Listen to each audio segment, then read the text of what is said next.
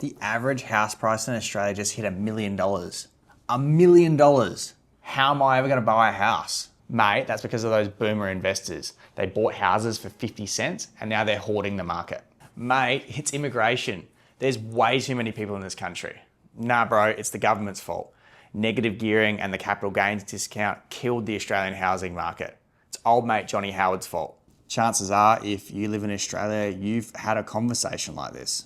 But have you ever wondered what the answer is? So in today's video, I'm setting out to answer why Australian property is so goddamn expensive. All right, so first we actually have to establish just how bad this is to start with. According to recent data, the average dwelling price here in Australia is around about $1 million. And when you look at it globally, of the 60 countries that were benchmarked, Australia ranked 6th in the most expensive property markets in the world. Now, here's the kicker. The average Australian wage is around about $2,000 a week, or $104K a year. This means that the average worker would need to devote their entire salary for a decade just to buy the average home. For your parents in the 80s and 90s, that ratio was kind of closer to 3 to 4 times your salary. That's not a small shift. That's a generational wealth transfer, and most of it went to people who already owned property. So how did we get here? Australia has this really weird paradox. We're one of the largest land masses in the world, yet somehow most of the Australian population is crammed into 5 coastal cities. And those cities, hemmed in by oceans, mountains, national parks and flood zones. This makes building outward expensive and building up somehow politically controversial. And here's where the planning system kicks in. For decades, local councils have restricted rezoning, blocked high-rise developments, and made planning incredibly slow, tedious and expensive. A report from 2025 found that Sydney's housing crisis is being directly fueled by excessive government regulations and lack of supply in the market. The result is we don't build enough homes, and various industry bodies have been calling this out for years. Demand keeps rising, supply can't catch up, and prices only go in one direction. All right, here we go, the one everyone wants to beat on about, immigration. Look, you hear a lot of people try and blame immigration for housing prices. I mean, it's partly true that population growth means more housing demand. More people need more houses. But here's what the data actually shows. Reducing immigration won't fix the issue. In fact, it could actually make it worse. I'll explain. Economic modelling by KPMG found that if you eliminated immigration entirely, housing prices could actually rise as much as 2.3% by 2030. Why? Because migrants also work in construction, pay taxes and contribute to the economy. The real issue isn't who's moving here. It's the fact that we don't build enough homes for locals or new arrivals. It's back to that supply problem again. It all comes back to supply.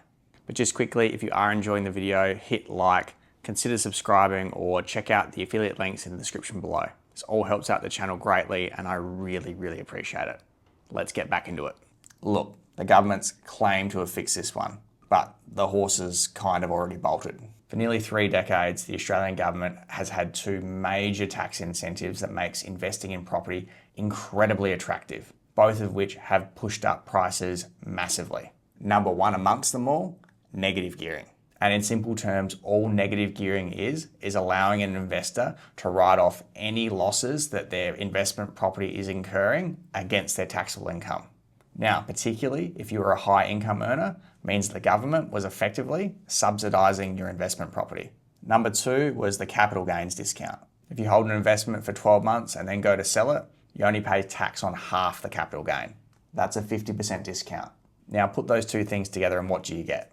A system where wealthy investors can roll up to auctions, outbid first home buyers because the after-tax maths works so heavily in their favour in ways that it never could for an owner-occupier.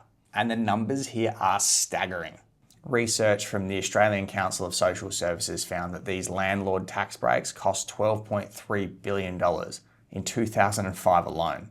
And just to put that into context, that's more than the Australian government spends on social housing, homelessness and rent assistance combined.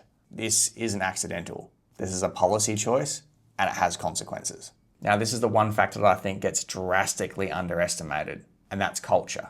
In Australia, we don't just treat property as a place to live. We treat it as a status symbol, a default retirement strategy, and it's the thing that your relatives will ask you about at Christmas.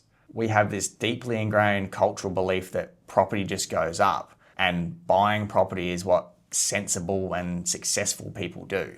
That belief drives demand beyond what fundamentals would justify. It makes people stretch their budgets further than they should, and it creates this political pressure to never let housing prices fall, because 66% of Australians are homeowners and they all vote. And this is why governments of both sides have been more interested in protecting existing property owners than making property more affordable for the next generation. I mean, look at the recent tax changes. If you already owned a home, you weren't affected. So let's bring this all together. There's not one group of people that are to blame here. Houses in Australia are expensive for a multitude of reasons. Undersupply driven by planning restrictions, a tax system that absolutely incentivises property investment, the concentration of Australia's property growth into a handful of cities, and a culture that just absolutely is obsessed with owning property. All of these things keep property prices elevated. None of these are easy fixes.